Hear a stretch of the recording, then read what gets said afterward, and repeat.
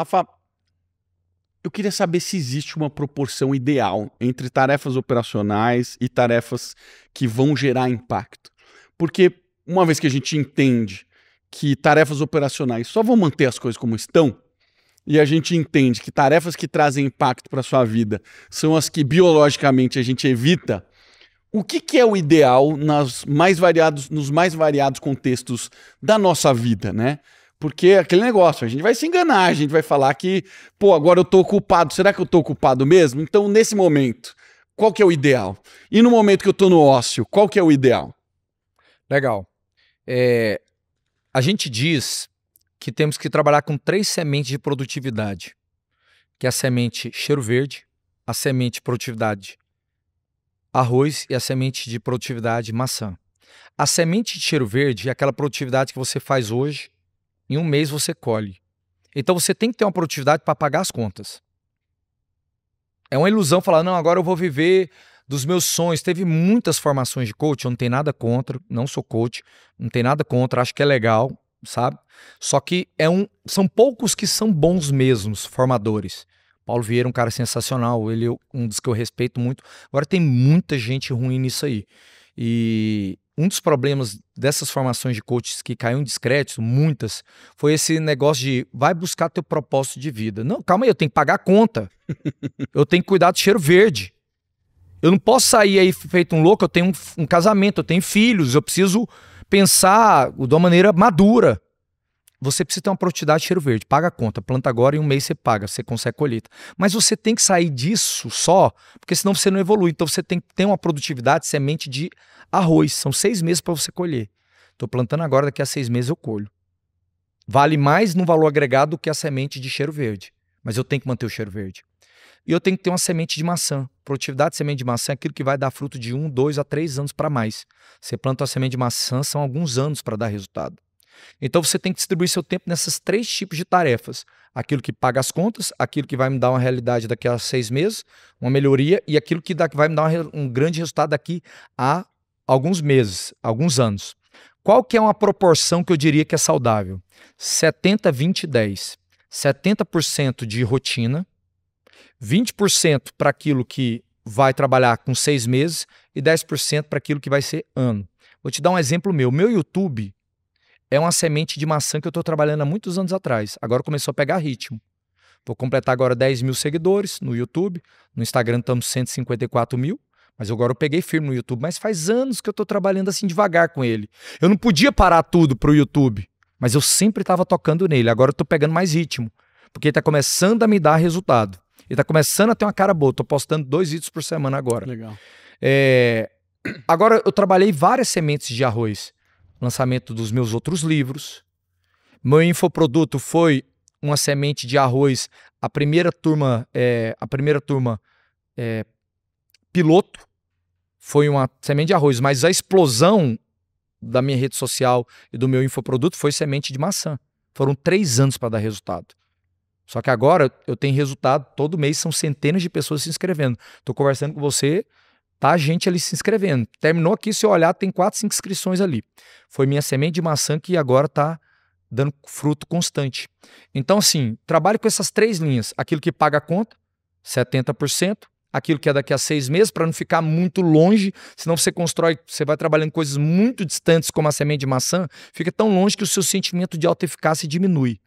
O sentimento de autoeficácia está numa área do cérebro chamada córtex ventromedial, que tem a ver com a distância psicológica entre a ação do agora e o resultado do amanhã. Então, por isso que também eu sou contra quadro dos sonhos. É uma opinião minha. Tem gente que é a favor e eu respeito. Eu acho o quadro dos sonhos um problema que vai oprimir pessoas. Por quê? Por quê? Porque a pessoa normalmente, que tipo de quadro dos sonhos ela coloca? Me fala o tipo de coisa que ela coloca normalmente. Avião. Ela coloca um iate de 100 mil pés. É isso aí. Uma mansão que é do Elon Musk. Coisas muito distantes da vida dela. É tão longe a realidade dela, ela tá ganhando ali 10 mil reais. É tão longe que ela vai tentar fazer ações olhando para aquela visão e daqui a 6 meses ela vai ficar mais oprimida porque sente que a ação não tá gerando uma proximidade àquilo. É quase que uma mentira. Exatamente. Então você gera um sentimento de ineficácia, biologicamente você se atrapalha. Agora é lógico, você não tem um carro, coloca lá teu carro, quero ter um carro. Ou você tem um carro, coloca um carro um pouco mais legal. Você não tem uma casa própria, coloca uma casa própria. Uma casa legal. Vai criando marcos intermediários.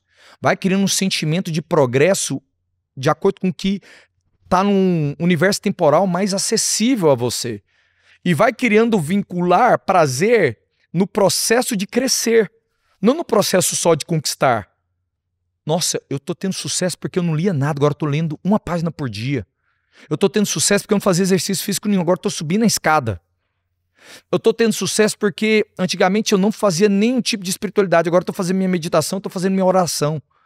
5, 10 minutos. Primeiro você entra com frequência, depois com intensidade.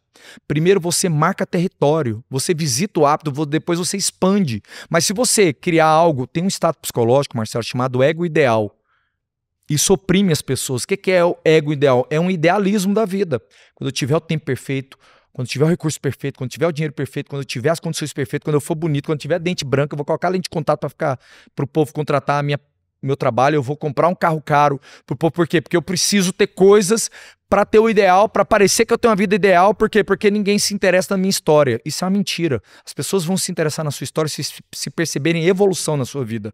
Se a cada 6 meses as pessoas olharem para você e falar, cara, esse cara tá diferente, ele tá melhor do que a versão anterior, elas vão querer saber teu processo. Então vincule prazer no processo de crescer, não só no processo de ter. Legal ter, eu acho que a gente tem que ter também. Eu acho que até você tem que mostrar algumas coisas que você conquistou, para as pessoas verem que tem em quem se inspirar.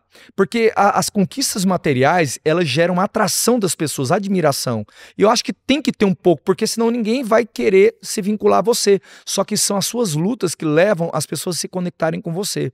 O que você passou para ter conquistado isso tudo?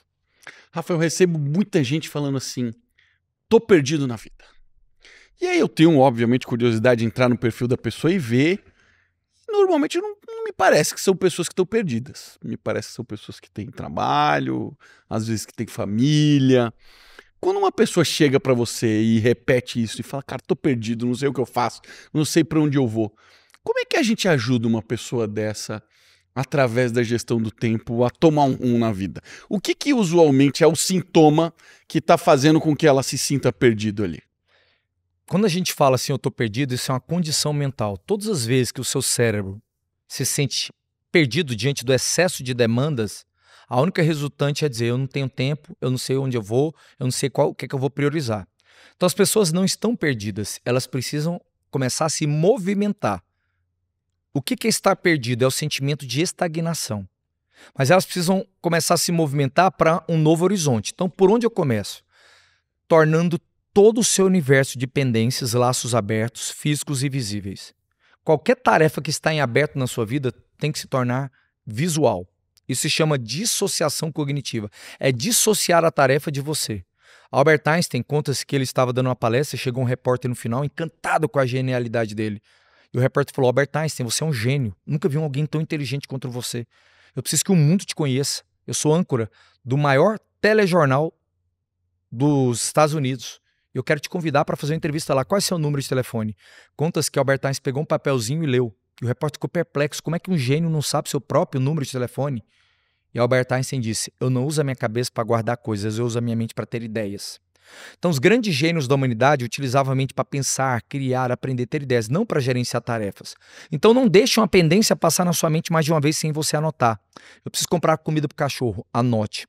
Eu preciso comprar um presente de aniversário, anote. Tá chegando o aniversário da minha esposa. Eu anotei, viu? Tá no meu alarme, gente. É dia 26, sábado agora, mas já coloquei alarme um dia antes e um dia depois para não correr o risco do meu TDA me fazer esquecer. Anote. Quando você anota, sua mente descansa. Porque quem tem memória é papel. O lápis mais fraco é mais poderoso do que a melhor memória. Agora você tem que anotar 2 horizontes. Nível térreo, que são tarefinhas de prevenção de dor, que não vão mudar a sua vida, mas se não fizer vai piorar. E tarefas de horizontes elevados, que são as produções de ganho. O que você quer? O que te chama atenção? Eu queria ser um profissional relevante. Então vamos anotar. Quero ser um profissional relevante. Em que área você gostaria de ser relevante? Eu gostaria de ser relevante em gestão do tempo. E o que significa você ser relevante em gestão do tempo? Eu quero ser reconhecido como uma das maiores autoridades do país. Então isso é um projeto. Então agora nós vamos criar um micromovimento em relação a esse projeto. Esse micromovimento em relação ao projeto é o que a gente chama de tarefa de borda. A borda é a parte mais próxima entre você e a ação. Não é o eixo nem é o todo, é a borda. Eu estava fazendo mentoria com um advogado que trabalha no ramo de direito tributário e ele falou, tô perdido, cara, tô oprimido. Por isso que eu tô te contratando. Eu falei, como é que você se organiza? Ele, pela cabeça. Eu falei, vamos liberar a mente da sobrecarga, vamos fazer um download. Ele ficou meia hora tirando as tarefas da cabeça. Quando terminou, ele falou, nossa, parece que eu tô conseguindo até pensar agora. O cérebro dele começou a recompensar ele, porque ele começou a ter clareza. Porque o cérebro não foi feito para gerenciar ecossistema de tarefas. Você cria excesso de processamento cerebral. Esse excesso de processamento cerebral, que são impulsos elétricos no neurônio, diminui glicose, que é a fonte de energia, aumenta a adenosina, que é o hormônio do cansaço. Essa adenosina, chegando até um determinado limiar, libera GABA e melatonina antecipadamente. Aí você tem um estado bioquímico de distração e cansaço. Depois que liberamos a mente, falamos, o que é? Eu falei, o que é prevenção de dor e produção de ganho? Aí ele separou. Só tinha uma produção de ganho que era mestrado. Ele falou, cara, faz 5 anos que isso passa na minha mente e eu não faço. Isso bate na minha cabeça todo dia. Era só um desejo ainda. Eu falei, por que você não faz? Ele, não tem tempo. Eu falei, sabe qual é o problema? Você quer colocar um elefante na sua rotina. E aí você entra num estado que é a amígdala ativa resistência, a gente chama de fricção límbica, que é uma resistência emocional porque o seu cérebro faz uma avaliação do todo. O orçamento para esse todo vir na minha agenda é agressivo demais, sendo que você mal tem energia para o que você já tem. Aí você quer trazer um elefante? Então fatia o elefante em partes menores para caber na agenda, para se tornar digesto. Isso é a tarefa de borda. Eu falei, qual que é a menor ação, a tarefa de borda que você pode fazer para ir em direção ao mestrado? Ele fez assim, ó. Ele é pensar, é um estado psicológico chamado restrição cognitiva. Você sabe o que quer, mas você não sabe movimentar, porque você nunca clarificou o movimento pequeno. Eu, quer dizer, ele, eu falei, fala, enquanto você não falar, não sai daqui. Aí ele, depois de um minuto, já sei. A tarefa de borda é pesquisar na internet onde tem mestrado em Direito Tributário em Goiânia e Brasília. Falei, pronto, quanto tempo demora? Ele, 15 minutos. Eu queria que você vai fazer ele hoje, não vai desequilibrar o resto? Aí ele fez. No outro dia, eu perguntei, qual que é a borda de hoje? Ele, baixar os formulários da Faculdade de Brasília que eu escolhi. Quanto tempo demora? Ele, 5 minutos. Que dia que você vai fazer ele hoje, não vai desequilibrar? No outro dia ele falou, cara, tarefa de borda é preencher os formulários. Eu vou colocar meia hora hoje, meia hora amanhã para não desequilibrar o que eu tenho. Esse camarada foi fazendo borda, terminou o mestrado, agora está fazendo doutorado. Por quê, Marcelo? A vida não é sobre pressa, a vida é sobre ritmo. Pressa é só um sinal de que a pessoa não fez devagar no tempo que tinha. Agora ela quer um milagre no tempo que não tem. Ou seja, você pegou uma pessoa que estava no meio do caos, só fazia tarefas operacionais, tinha o desejo de fazer uma tarefa de impacto, mas não, achava que não conseguia. Você provou que era possível. Sim. Teve impacto na vida dela de não fazer essas tarefas operacionais? Porque ela teve que alocar tempo no mestrado, né? Só que aí essa é a questão. Teve impacto? Atrapalhou a vida dela? Não, por quê? Porque a lei de Parkinson não é doença de Parkinson, é lei de Parkinson. Parkinson é um sobrenome comum nos Estados Unidos. A lei de Parkinson foi desenvolvida por um estudioso chamado Parkinson, o sobrenome dele, que diz que uma tarefa se adapta ao tempo que ela tem. O tempo que você determina para uma tarefa vai ser o tempo que a tarefa vai consumir. Então vamos dizer, você tem uma mulher tem 3 horas para se arrumar para um casamento, ela vai usar as 3 horas. Se ela tiver 5 horas, ela vai usar 5. Se ela tiver 1 hora só, ela vai se adaptar a 1 hora e vai se arrumar bonito o suficiente para chamar atenção naquele casamento. Então 1 hora e 5 horas vai cumprir o mesmo propósito, só que você tinha mais tempo num caso e menos tempo no outro. E a lei de Parkinson é para tudo. Quando você começa a ter menos tempo, você começa a se tornar mais objetivo nas suas tarefas. Então você para de expandir sobre as tarefas que são menos importantes. Quando eu vou fazer reunião, por exemplo, eu faço muita reunião porque as empresas me exigem isso. Vamos fazer uma reunião de alinhamento de conteúdo da palestra que você vai dar ou do treinamento. Eu já coloco eu já coloco uma reunião empilhada na outra. Eu coloco uma reunião já empilhada na outra para que aquela reunião não se expanda. Eu falo, vou dar meia hora para essa reunião. Já coloco outra logo depois. Para quê? Para quando faltar 10 minutos eu falo, gente, por causa do horário de vocês e o meu também, eu vou ter uma reunião depois, eu sei que vocês também têm. Boa. A gente vai ter, então a gente vai canalizando a conversa e conduzindo para o fim e dar o mesmo resultado do que antes, quando demorava 1 hora e meia, porque antes ficava aquela coisa prolixa. Então, muitas vezes as tarefas se expandem e você tem produtividade, que é o quê? Colocar tempo demais naquilo que é secundário. Então, você determina o tempo para a tarefa. Quando eu vou fazer uma tarefa, eu falo, quanto tempo eu vou dar para essa tarefa operacional? Eu falo, não vou dar mais de 10 minutos. Vai ter que se adaptar. Aí entra algo que eu chamo de imperfeição saudável. O perfeccionismo é um tipo de procrastinação em produtividade. Porque às vezes você é perfeccionista no que é secundário. Então, faça o imperfeito saudável naquilo que vale menos. Faça o mínimo viável, eu vou fazer o mínimo viável. Ah, mas tem que ser perfeito. Se você for perfeccionista, você vai se oprimir. E você vai deixar o que é importante, que geralmente o que é importante não tem obrigação pro agora. As coisas menos importantes têm urgência. E as coisas mais importantes não têm urgência. Ninguém me cobra escrever livro. Mas eu estou fazendo o meu 13º livro, que é a Gestão do Tempo Kids. Ninguém me cobra fazer aplicativo, mas vai lançar agora o meu aplicativo. Ninguém me cobra lançar o Day Training, que é agora, o meu primeiro Day Training agora em Alphaville, esse final de semana. Mas eu vou fazer... 2 semanas atrás eu fiz o churrasco com negócio lá na churrascaria NB. Eu vi no NB. Deram 60 empresários executivos. O que vai fazer você crescer não tem ninguém te cobrando. É você que tem que ser protagonista.